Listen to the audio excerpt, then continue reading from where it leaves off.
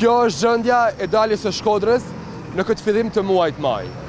Edhe pse me larg nisjes së sezorit turistik veror, përsëri gjendja e terren vazhdon të jetë kaotike. Këto pamje i përkasin paraditës të së martës në dalje të qytetit.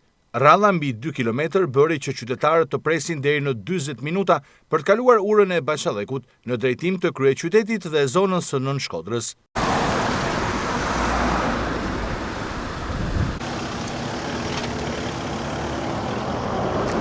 Megjithse efektivët e policisë ishin në terren për të orientuar trafikun, përsëri dalja nga Shkodra dhe hyrja nga dogana e Moriçanit ishte paralizuar për minuta të tëra. Shkak mbeten punimet që po kryen në këtë zonë, që duhet të mbyllen brenda 48 orësh, me afatin që ka lënë Ministri i Energjisë dhe Infrastrukturës Enea Karakaçi për firmën kontraktore. Megjithatë, të verë trafiku do të jetë një sfidë më vete për Shkodrën, pasi ura e Bashallekut nuk do të jetë gati, e përpasoj, radhët e pritjes do të jenë të pashmangshme.